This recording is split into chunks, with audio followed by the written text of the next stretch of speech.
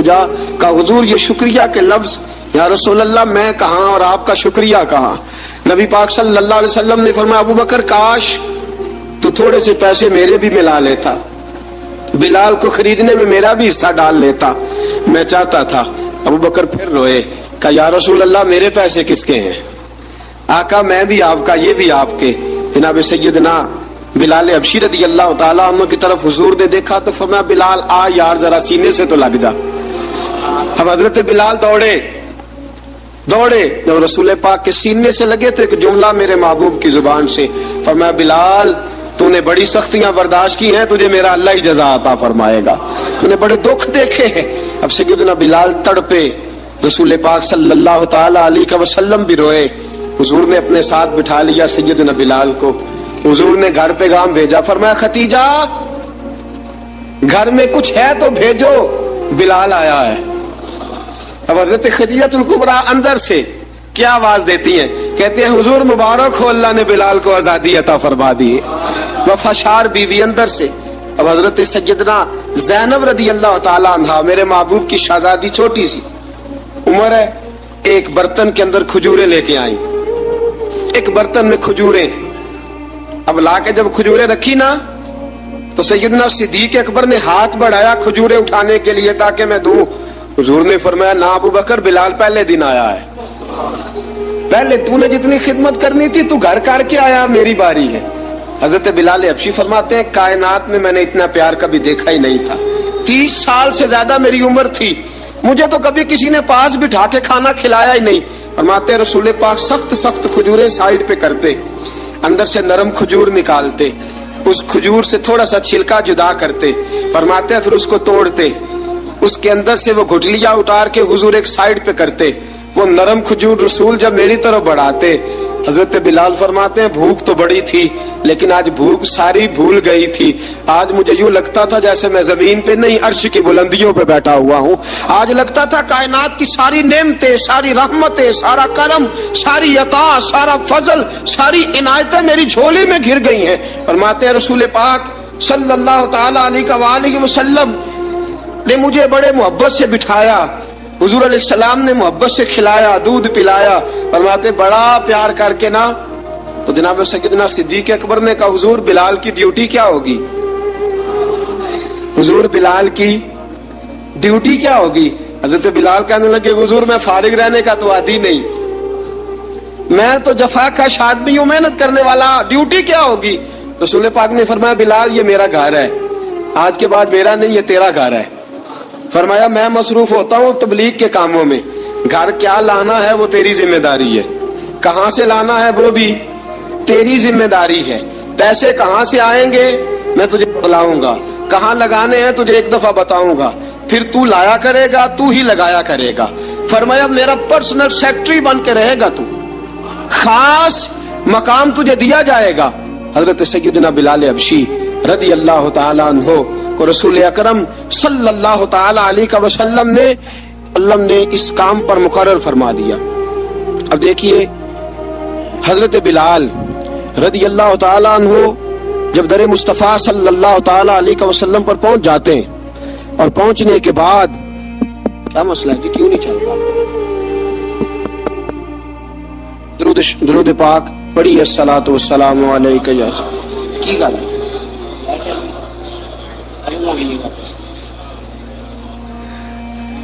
میں یہ گزارش کر رہا تھا کہ حضرت بلال حبشی رضی اللہ تعالیٰ عنہ کو رسول پاک نے یہ ڈیوٹی عطا فرما دی۔